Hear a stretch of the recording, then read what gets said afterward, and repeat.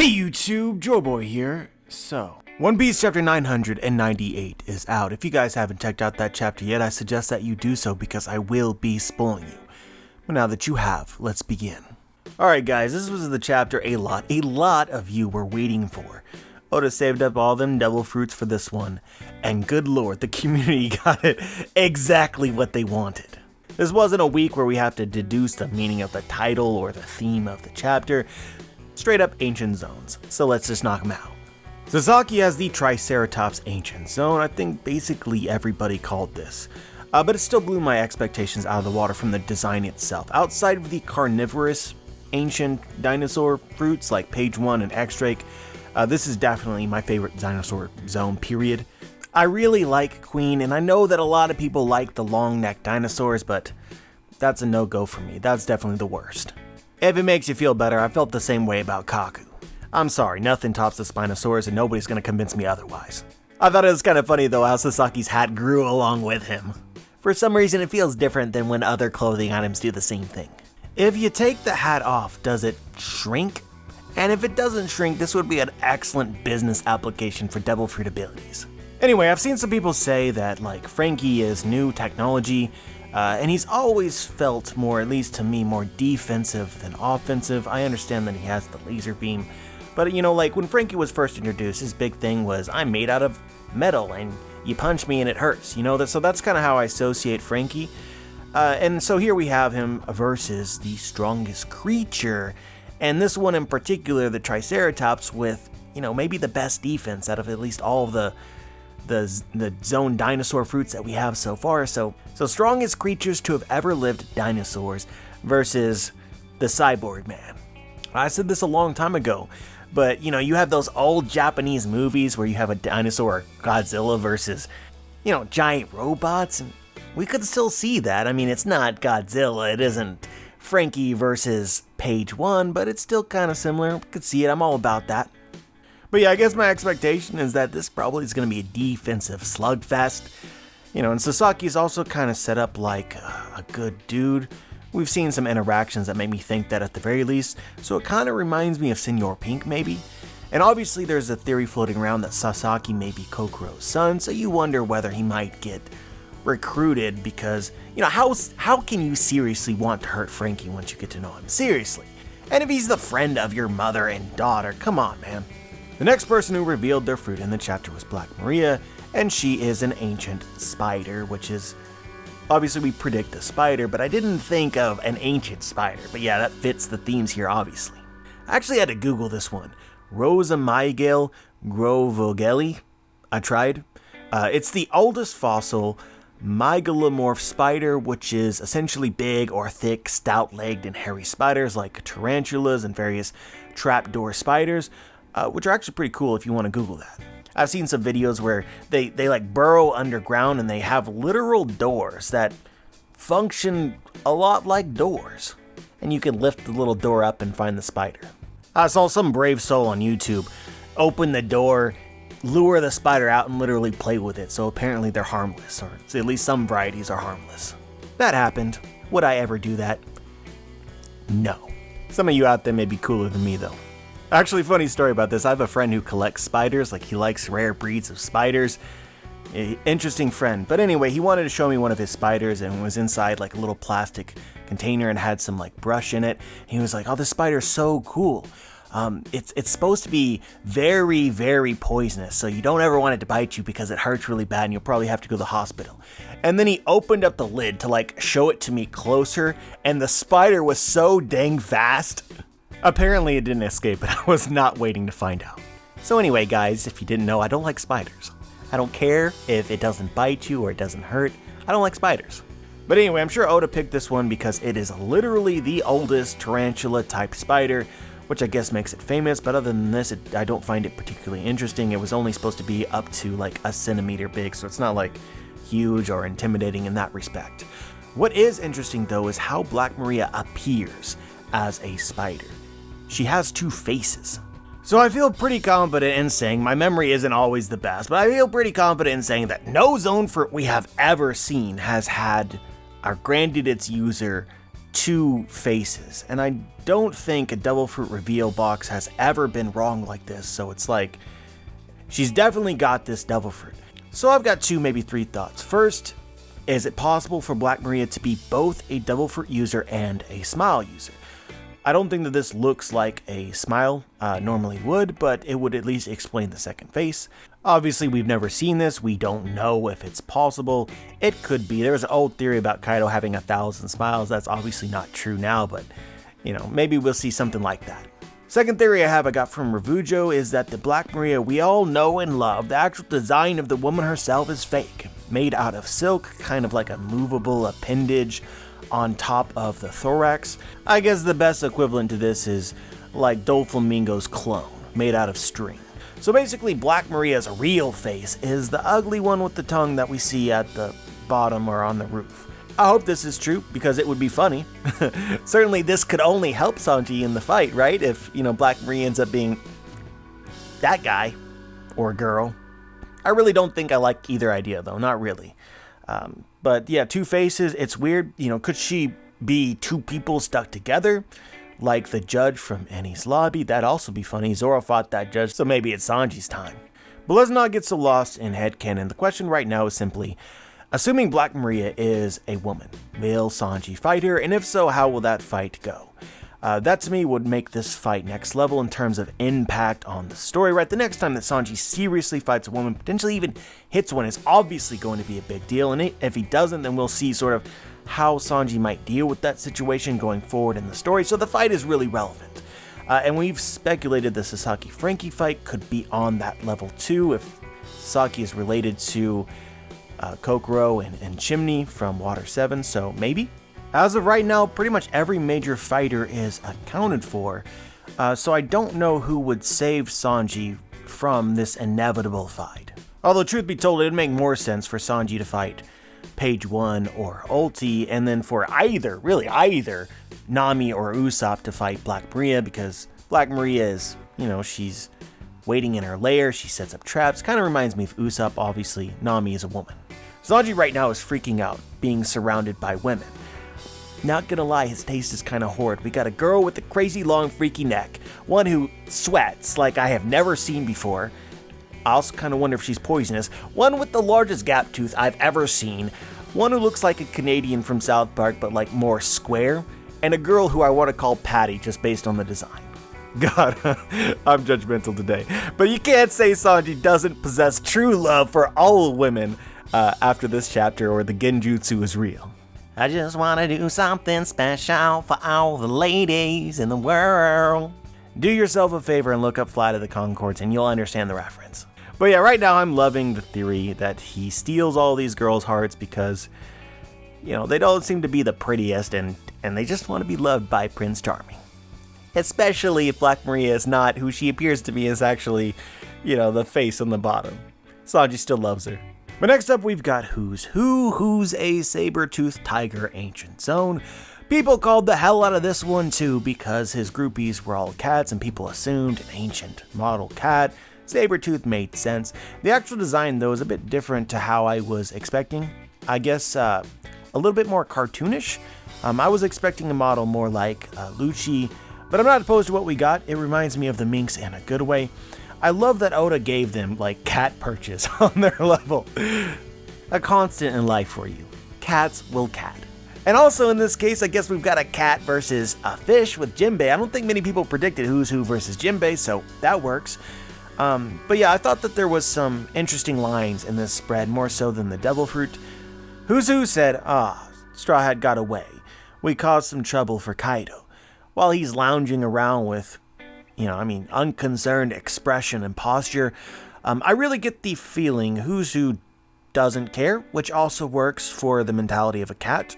Like, oh no, I knocked the cup off the table. Damn, so sad. Not intentional. Stuff happens. You know what I mean? But this is the first time that I felt like we've got more direct hints that Who's Who might not stay loyal to Kaido, other than what we knew previously being a captain and still having ambition. I'm not saying that this is going to happen, but I'm becoming even more of a fan of the idea that the Tobi-Roppo don't stay loyal to Kaido, and this becomes a betrayal that he was worried about. Oh no, the Straw Hats escaped. well, we've inconvenienced Kaido, but not really. But then there was this conversation. I caught a glimpse of you once when you were a warlord. And Jinbei says, if I could see your face, it'd probably jog my memory. So I guess we should be asking who's who. Third fight in a row that might have some really, great backstage work done. There's a relationship between Jinbei and who's who, and we know who it is. Is this just somebody Jinbei knows but we don't, or do we both know him?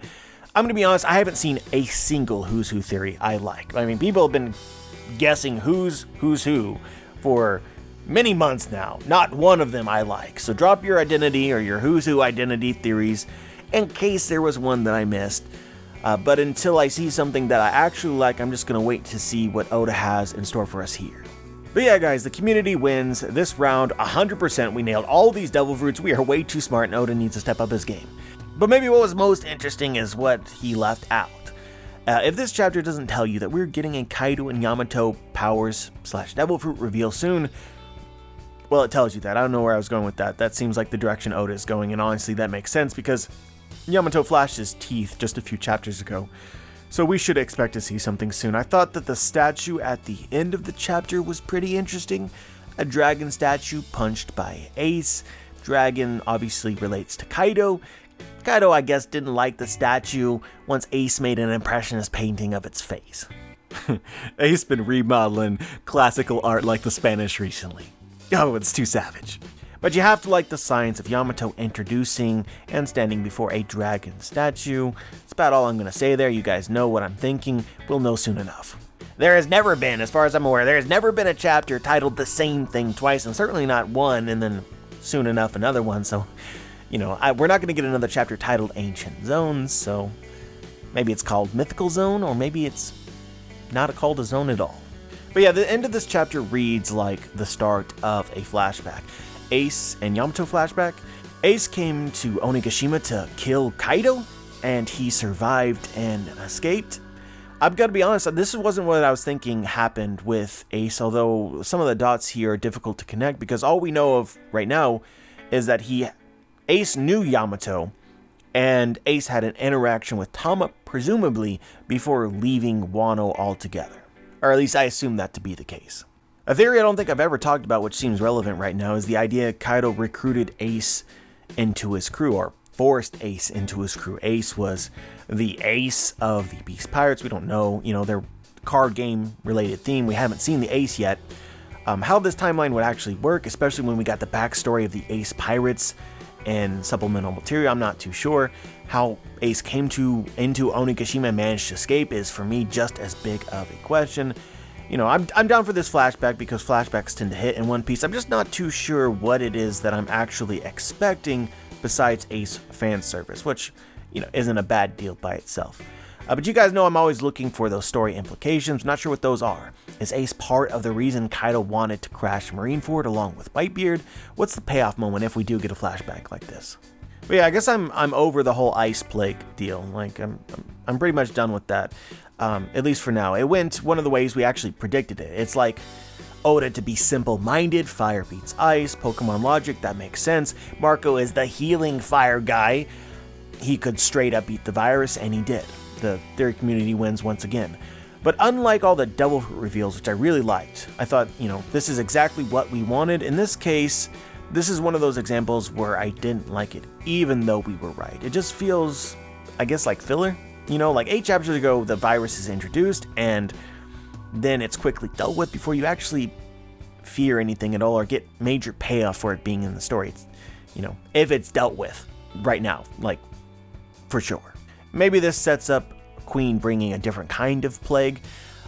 Maybe if Marco is defeated, the virus returns, and this will just stall so that Chopper has some time to mass produce the antibodies in, like some sort of epic moment. I choose to believe these things because I'm not satisfied by this. The Marco solution was way too easy for me, despite making sense and the panel itself being very cool. I enjoyed the panel. But yeah, I did feel like we just killed a little time here. Marco also mentioned taking Zoro, Robin, and Brook up to the roof. I expect that to happen, or at least I expect that with Zoro. And then Marco stalls King, so Marco and King fight, but doesn't win, and Drake stalls Queen. Drake and Queen fight, but he doesn't win. That's how I see these fights going down. I also thought it was funny, Queen KO'd Apu again. Apu is definitely switching sides just as soon as he wakes up again. But I really want to focus on Brook and Robin going to the roof because I was not what I was expecting, and I really, really like it. Nobody was thinking that. Brook and Big Mom have history. Brook counters her homies just like Marco. Brook would be extremely useful in that fight up on the roof.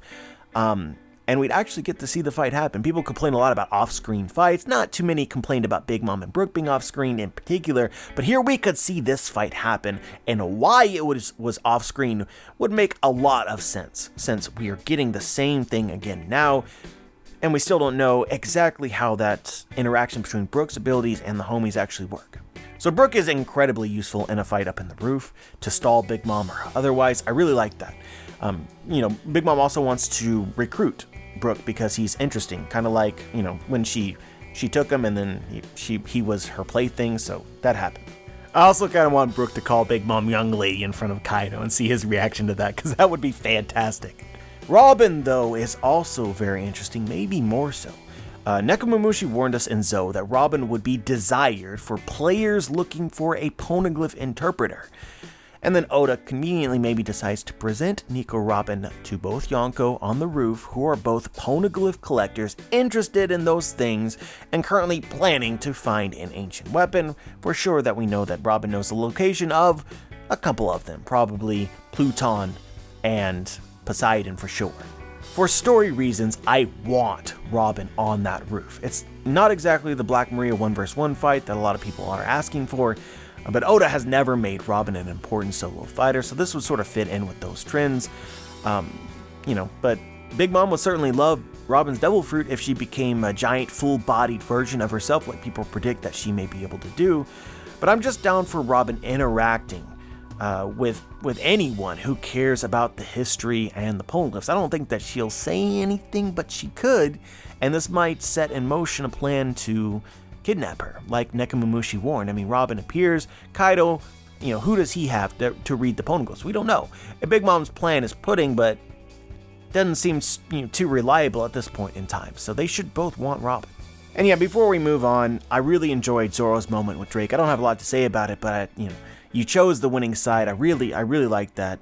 And Oda didn't leave us hanging with what he had been setting up between Zoro and Drake. It just took Zoro 3 chapters to get where Luffy started. Sorry, but that's reality. But yeah, guys, Devil Fruit chapter, I'm all about that. We got, 6 double-page spreads? I don't usually count, but that seems like a big number. We're slowly working our way to chapter 1000. Is it going to be a flashback with Ace with a huge bomb in it? Luffy is still climbing the tower. We are at floor 4, so floor 5 should be chapter 999, and then 1000 should be the top floor. I think I'm probably going to die with this theory. This is what I choose to believe, so maybe the Ace flashback isn't that long if we get it at all. Since I don't know what the payoff for that flashback would be, that makes sense to me. But while we've got time to kill here, this video isn't 20 minutes yet, a lot of people have been asking me to make a video on chapter 1000. But I don't think that I'm interested. I don't think that I have anything to say other people aren't also saying. I guess my only hot take is temper your expectations. I'm not saying that it is not going to be amazing. I personally think it's going to be amazing. The One Piece official Twitter account is counting down the days to chapter 1000, so you expect this to be knocked out of the park. But we are in the middle of an epic arc, and almost every chapter of the last 10 or so has been 10 out of 10. Obviously, Oda may be aiming for something big at chapter 1000, but something even bigger that you're looking forward to could happen in 101 or 102 or 103. Do we actually get to the end of Act 3 and the start of Act 4 by chapter 1000? When exactly will our moment of tragedy be? I'd argue, though, that me personally, I'm more excited for the chapter after the act ends, in which we will probably see what's going on around the world. So what's happening with the Revolutionary Army, what's happening with the Marines, what's happening with Blackbeard. So yeah, honestly, Oda can't miss right now. Chapter 1000 may be the reveal of Yamato and Kaido as dragons. I want that. It could also be the reveal of the fate of the samurai and Luffy and Zoro against Kaido and Big Mom. That seems like it's going to be the moment of tragedy that ends Act 3. It could be both of these things in the same chapter. Maybe Oda just packs it full. Around the World chapter, intense Ace flashback, if we get something like that. Not everyone's going to weigh all of these the same, but all of these make sense to me. So I guess my main message is just relax and don't let your expectations ruin it for you. If you have high expectations, manage those wisely and let Oda entertain. It may not be exactly what you want or what you are most excited for. But yeah, guys, that's pretty much all I had to say about this chapter. I'm curious as to what you think. If you know something from the chapter that I might have missed, just share your thoughts. Like the video if you like the video, dislike the video if you dislike the video, subscribe if you want to be notified for my future content. And as always, guys, have a wonderful day.